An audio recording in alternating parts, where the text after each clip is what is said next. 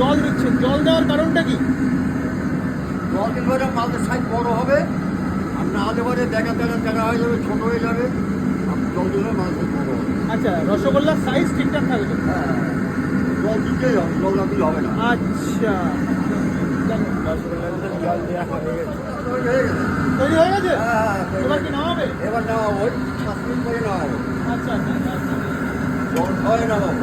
আচ্ছা, জল দিয়ে নামাবে? হ্যাঁ, আচ্ছা, ঠিক আছে।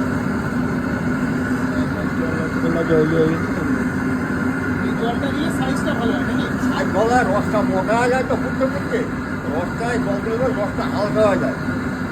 রসটা হালকা হয়ে গেলে মালটা একদম পুরো গোল থাকে। ফেটেও যায় না? হ্যাঁ, হ্যাঁ, রসটা মোটা হয়ে যায়, হালকা হয়ে যাবে। এবার রসটা হালকা হয়ে গেলে মাল নেওয়া হবে।